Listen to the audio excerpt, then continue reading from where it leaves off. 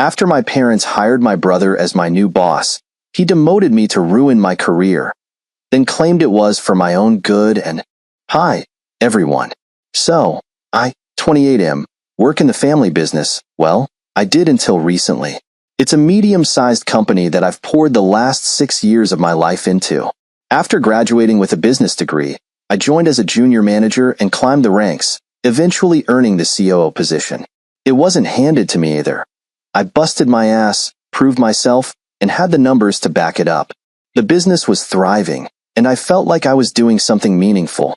Then, about 6 months ago, my parents, Catherine and Richard, decided to shake things up. That's when they brought in my younger brother, Mason, 25. Mason, the golden child. Mason, who has no business experience to speak of. Mason, who can barely manage his own schedule, let alone an entire company. I knew this was going to be a disaster the moment they told me, but I didn't realize just how bad it would get. Let me backtrack a bit so you understand the family dynamics. Growing up, Mason was the favorite, no question about it. He's the youngest of us 3 siblings, and our parents always coddled him. If Mason got in trouble at school, they'd make excuses for him. If he wanted something, he got it. Meanwhile, Haley, our older sister, 30F, and I were expected to be the responsible ones. Haley mostly stayed out of the drama, but I always resented the double standards. Anyway, when my parents announced that Mason would be joining the company, I asked a simple question. In what capacity? They looked at me like I just insulted their life choices. Catherine said Mason would be starting as the new CEO. I'm sorry. What? I'd been COO for 2 years, running the operations and keeping everything in check. I thought the natural progression would be for me to move up when my dad stepped down. But apparently, my parents decided that Mason's fresh perspective was what the company needed. When I pointed out that Mason had 0 qualifications, Catherine said, Logan, you've always been so serious. Mason has charisma. He'll bring energy to the team. Charisma, energy. These were the reasons my years of hard work were being overlooked. Cool, right? Mason strutted into the office like he owned the place, which, technically, he kind of did now. He didn't even bother learning the basics before making changes. Policies I'd spent months refining? Gone. Teams I'd carefully built? Reassigned. He didn't even bother consulting me. Instead, he called me into his new corner office one afternoon and said, Logan, I think we need to switch things up. I'm demoting you to regional manager. Regional manager. I couldn't believe what I was hearing. I tried to keep my cool and asked him why. His response? I think you need to get more hands-on experience. It'll be good for you. Good for me? I've been hands-on since day one. If anything, he should be the one learning from the ground up. But no, Mason thought he could waltz in, push me aside, and play boss. I appealed to my parents, hoping they'd see reason. They didn't. Catherine said, Mason's trying his best, Logan. Support him. He's your brother. Richard, ever the peacemaker, chimed in with, this could be an opportunity for you to grow in new ways. Are you kidding me? At first, I thought maybe I could make this work. Maybe Mason just needed time to adjust. But it became clear pretty quickly that he wasn't interested in running the business. He was interested in running me. Every decision he made seemed designed to humiliate me. He started showing up late to meetings I'd scheduled, criticizing my ideas in front of the team, and assigning me tasks that were way beneath my level of expertise. One day, he actually had the nerve to ask me to grab coffee for him. I thought he was joking. He wasn't. And the worst part? The team started noticing. People who used to respect me now looked at me with pity. A few even whispered that Mason was only there because of nepotism, which, but it didn't make me feel any better. I was losing control of the company I'd helped build, and it felt like there was nothing I could do about it. Every time I tried to push back, Mason would smile that smug little smile of his and say, Logan, I'm the CEO. This is my call. The final straw came last week. Mason decided to cancel a deal I'd been working on for months with a major client. It was a game changer for us, and I'd negotiated every detail myself. Mason didn't even bother to understand the deal before killing it. He just said, I don't think it aligns with the direction I want to take the company. What direction? He doesn't have a direction. That's when I realized something wasn't adding up. This wasn't just about Mason being incompetent or my parents playing favorites. There was something more going on here.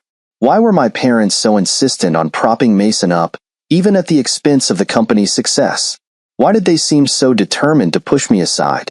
I don't have all the answers yet, but I'm going to find out. Because this isn't just about my career anymore, it's about my sanity. After Mason demoted me and started making one reckless decision after another, I knew I couldn't just sit back and take it. The company was tanking fast under his leadership. A few of the senior staff, people I've worked with for years, started voicing their concerns to me privately. Jenna, our head of marketing and one of the sharpest people I know, pulled me aside after a particularly disastrous meeting and said, "Logan, he has no idea what he's doing. He's going to destroy everything you've built." She wasn't wrong. Mason's charisma and energy weren't cutting it. He kept trying to implement ideas he'd seen on TikTok or read about in random business books without understanding how our company actually worked. At one point, he suggested we spend half our annual budget on a flashy new ad campaign, without consulting the marketing team or even reviewing the data. When I tried to warn him about how risky it was, he laughed and said, "Logan, this is why you're stuck in a box. You're too afraid to take risks." The campaign bombed. Hard. And guess who got the blame? Me. Mason told the board I hadn't fully supported his vision, which made it difficult for the campaign to succeed. I wanted to scream. Instead, I just clenched my jaw and said, "Understood," because I needed to stay calm if I was going to figure out how to handle this. Around this time, I started noticing something strange. Mason seemed almost deliberate in his incompetence. It wasn't just that he was bad at his job. It was like he was actively trying to make me look bad. He'd accidentally forget to invite me to key meetings, then act surprised when I didn't show up. He'd promise clients things we couldn't deliver, then blame me when we couldn't follow through. And every time I tried to push back or present a solution, he'd brush me off with some condescending comment like, "Logan, you're too emotional. This is why you're not CO." Too emotional? Mason once threw a fit because the office coffee machine was out of oat milk. Meanwhile, my parents were no help at all. Catherine kept insisting that Mason was learning and that I needed to give him time. Richard stayed quiet most of the time, but I could tell he wasn't thrilled with how things were going either. Still, he wasn't about to stand up to Catherine or Mason.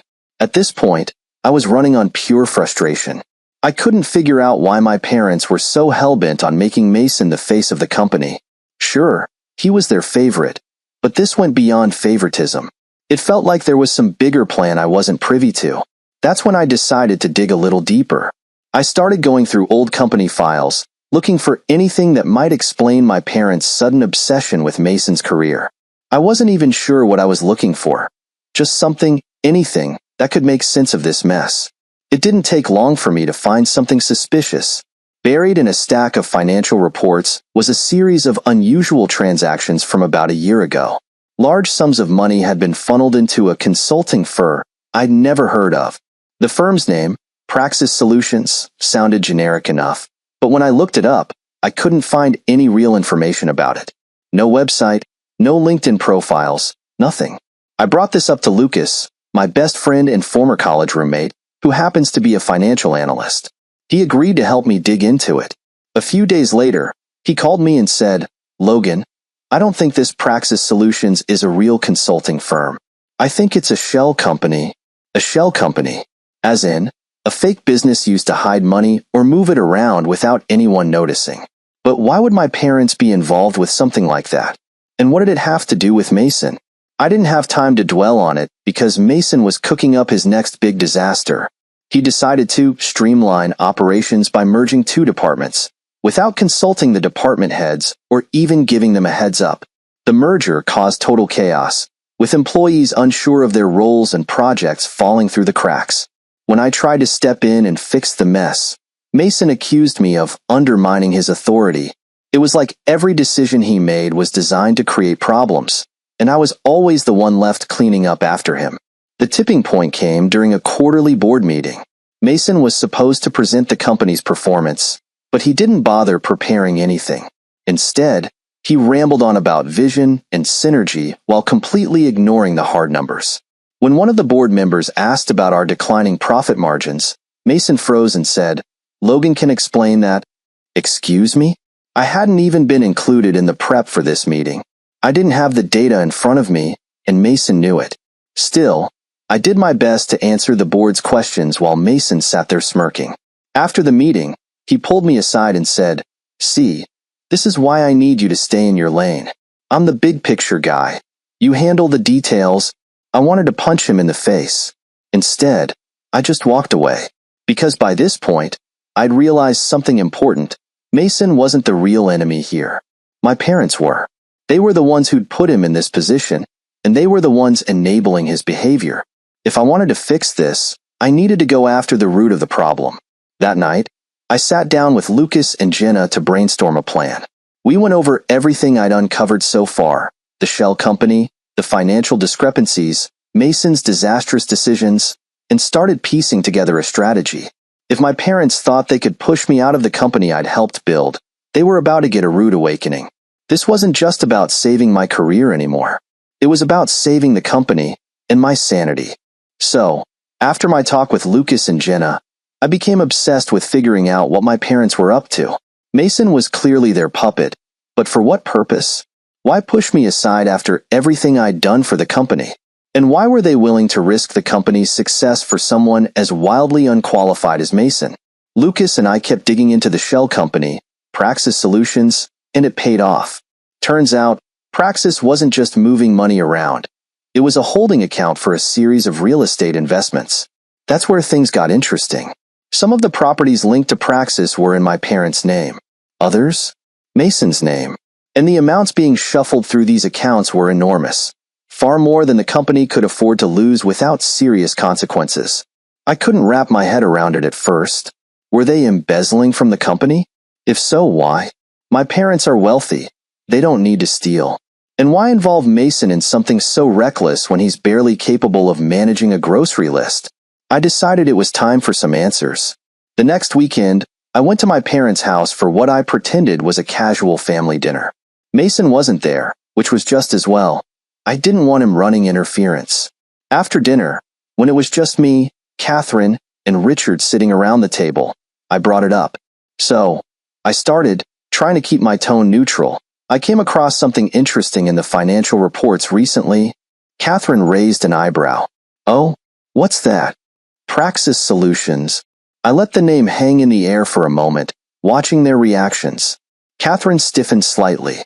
Richard's hand froze mid-reach for his glass of wine. "Bingo. I couldn't find much about it online," I continued, "but it looks like the company's been funneling money into some real estate investments. Quite a bit of money, actually. Some of it even seems to be in Mason's name. Care to explain?" There was a long, tense silence. Then Catherine said, "Logan, I don't think you understand the full picture. That's why I'm asking," I said, trying to keep my voice calm despite the fact that my heart was pounding. Catherine sighed and exchanged a glance with Richard, who looked like he wanted to be anywhere else. Finally, she said, "Your father and I have been planning for the future of the company. We've been diversifying our assets, ensuring that we're not reliant on a single income stream. Praxis is part of that strategy, right?" I said, leaning forward. "And how does Mason fit into this grand strategy?" Catherine's face hardened. "Mason is the future of this family, Logan. He has the potential to take the company to new heights. But he needs guidance and support, and that's what we're giving him." I couldn't believe what I was hearing. "You're risking the entire company on someone who doesn't even know how to do basic accounting.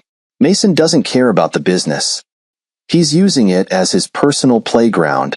"That's not true," Catherine snapped. "Mason is learning. He just needs time. Time. That's all they ever said. Mason needs time. Mason needs support." I'd been running this company for years, but apparently, I didn't deserve any of that. I turned to my dad. "And you're okay with this? Letting her run the company into the ground just to coddle Mason?" Richard flinched but didn't answer. Catherine answered for him. "We're protecting our family legacy, Logan. Something you clearly don't understand." That's when it hit me. This wasn't just about Mason. This was about control. Catherine wasn't just protecting Mason. She was protecting herself. Praxis Solutions wasn't a legitimate business strategy. It was a way to consolidate power and make sure I couldn't challenge her authority. Mason was a pawn in her game, and I was the threat she needed to neutralize. You're not protecting the legacy, I said slowly. You're protecting your legacy. You're afraid I'll take over and make changes you don't agree with. Watch your tone, Catherine said sharply. You have no idea what you're talking about. Don't I? I shot back. I've been running the day-to-day operations for years. The company's been thriving because of me, not Mason. And now you're undermining everything I've built to keep me out of the picture. Admit it. Catherine didn't say anything, but the look on her face told me I'd hit a nerve. Richard, to his credit, finally spoke up. Logan, it's not what you think. We're trying to secure a future for all of you. Don't, I interrupted. Don't insult me by pretending this is for my benefit. I stood up, my hands shaking. If you think I'm going to stand by while you and Mason destroy everything I've worked for, you're dead wrong. I'm not some kid you can manipulate. This ends now. Catherine's face went pale, but she didn't stop me as I walked out of the house. I didn't know exactly what my next move would be, but I knew one thing. I couldn't let them keep control of the company, not if I wanted to save it. After that conversation, I went into overdrive. I started gathering evidence, financial records, emails, anything that could prove what was going on. Lucas and Jenna were instrumental in helping me put together a plan. We decided that the best way to take back control was to expose Mason's incompetence and my parents' shady dealings to the board. But before we could make our move, Mason did something that pushed everything into overdrive. He approved a deal with a sketchy supplier that violated multiple regulations. Not only did it put the company at risk of legal trouble, but it also jeopardized our reputation with long-standing clients. When I found out, I realized I couldn't wait any longer. It was time to fight back. After Mason approved that reckless supplier deal, I knew I had to act immediately. The deal wasn't just bad, it was catastrophic. The supplier had a history of cutting corners, and partnering with them violated several industry regulations. If the deal went through, the company could face massive fines, lawsuits, and permanent damage to our reputation. I tried to stop it before it was finalized, but Mason wouldn't listen. When I confronted him about it, he smirked and said, "Relax, Logan. You're just overthinking again. This is the kind of bold move that'll put us on the map." I wanted to scream. Bold? It was suicide. But Mason wouldn't back down, and my parents were still standing by him. Catherine brushed off my concerns with her usual patronizing tone. "Logan, you're so risk-averse. That's why you'll never be a visionary like Mason." That was it. I'd had enough. If they were going to ignore me, I'd make sure the board couldn't. For weeks, I'd been collecting everything I could.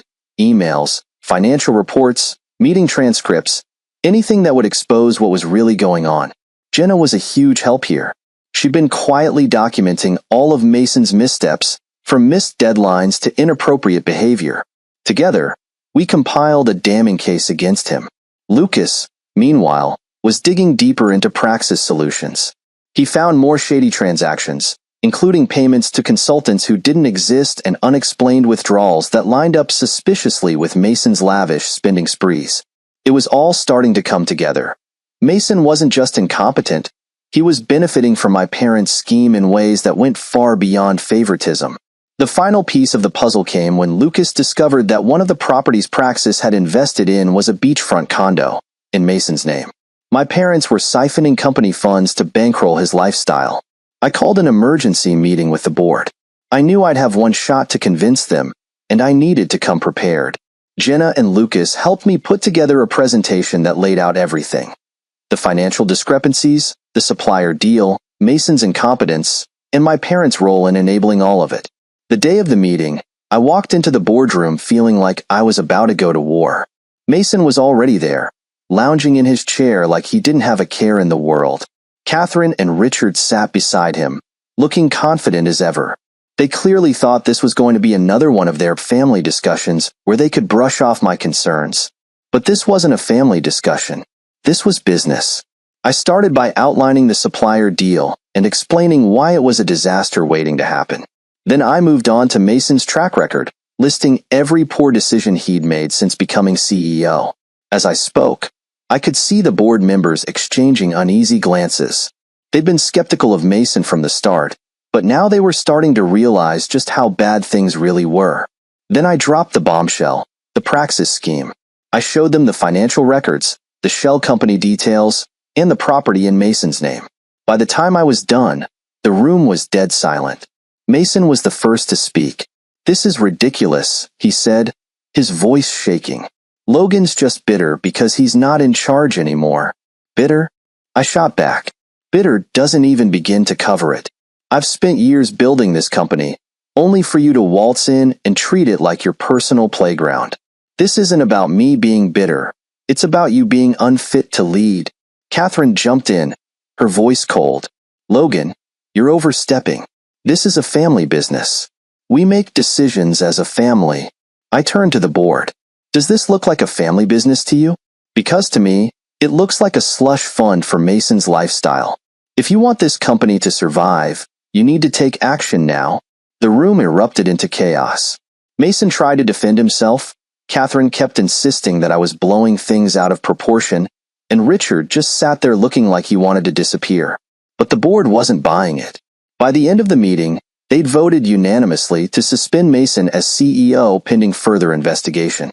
With Mason out of the picture, I was reinstated as COO and given temporary authority to manage the company while the board sorted everything out. My first priority was undoing the damage Mason had done. I canceled the supplier deal, restructured the departments he'd merged, and worked overtime to reassure clients and employees that we were back on track. It wasn't easy.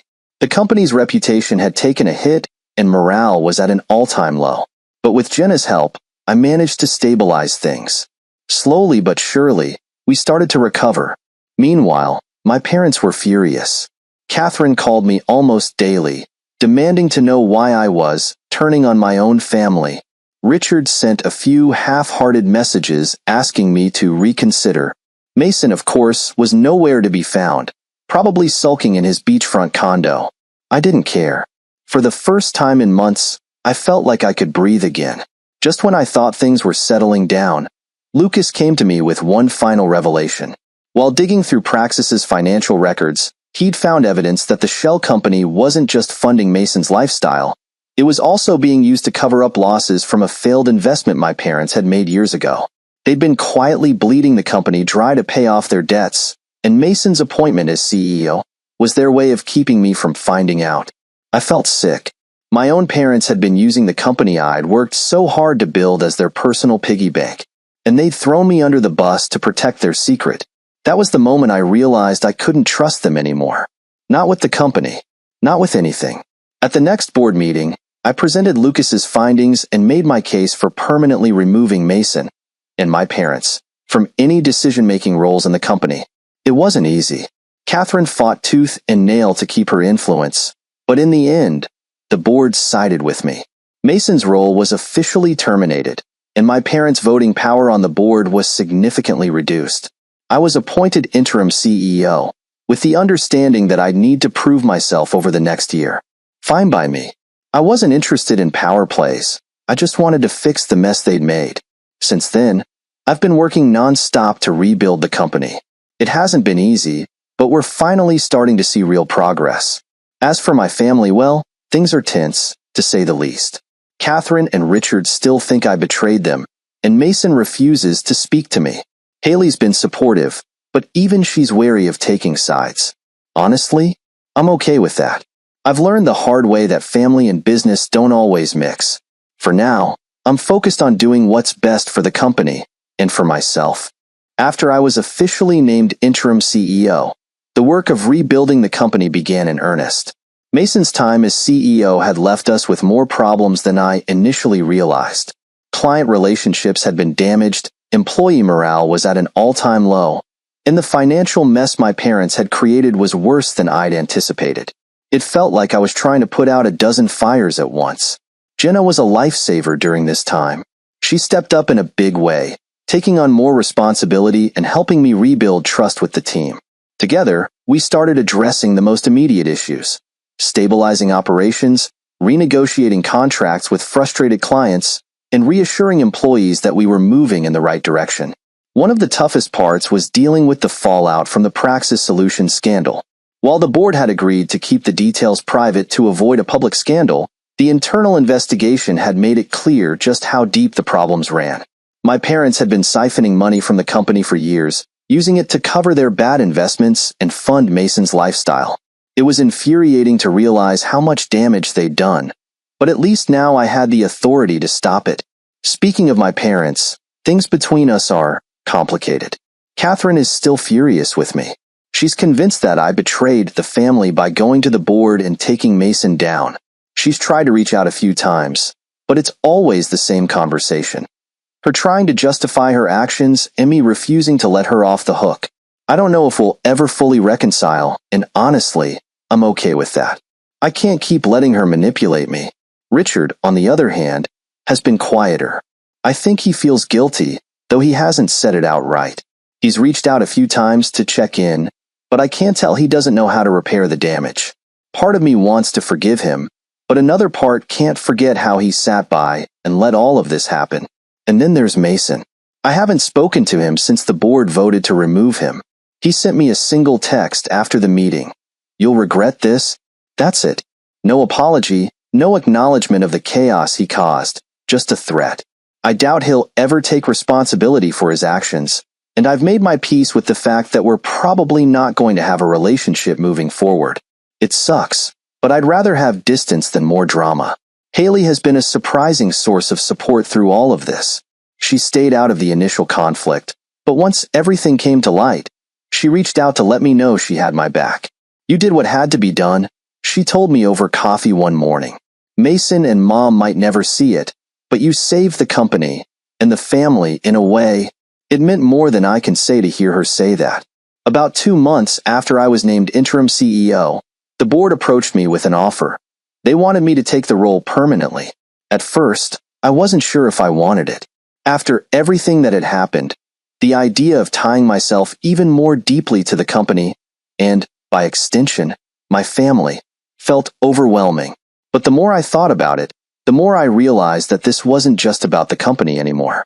This was about me. For years, I'd worked in the shadow of my family's expectations, trying to prove myself and gain their approval. But now, for the first time, I wasn't doing it for them. I was doing it because I believed in what the company could become, and because I believed in myself. So, I said yes. Since then, things have been surprisingly good. The company is finally back on stable footing, and we've even started to grow again. Jenna officially became my right hand, and Lucas has been consulting for us on some big projects. The team seems more motivated than ever, and I've made it a priority to create a culture where everyone feels valued, something that was sorely lacking under Mason's leadership. As for my personal life, I'm finally learning to set boundaries. For years, I let my parents' opinions dictate my decisions, but not anymore. I still see them occasionally, but I've made it clear that our relationship will never go back to the way it was. If they can't respect me as an equal, then they don't get to be part of my life. Haley and I have grown closer, which has been a silver lining in all of this. She's been a great sounding board, and we've started meeting up regularly to talk about everything from work to life in general. It feels good to have at least one family member I can rely on. And Mason? Last I heard, he was living in that beachfront condo, posting Instagram stories about his hustle and grind. I wish him well, but I'm not holding my breath for an apology. Looking back, I think the hardest part of all of this wasn't losing my job or dealing with Mason's antics. It was realizing just how far my parents were willing to go to protect their own interests, even at my expense. That hurt more than anything Mason did. But in a way, it was also freeing. Once I stopped chasing their approval, I started to see things more clearly. At the end of the day, I'm proud of what I've accomplished, not just professionally, but personally. I stood up for myself, fought for what I believed in, and came out stronger on the other side. The company is thriving, my relationships are healthier, even if they're fewer, and for the first time in a long time, I feel like I'm exactly where I'm supposed to be. So, that's my story. If you're going through something similar, whether it's family drama, workplace politics, or just trying to figure out where you fit in the world, my advice is this: trust yourself. People will try to make you doubt your instincts, but deep down, you know what's right. Fight for it. It's worth it.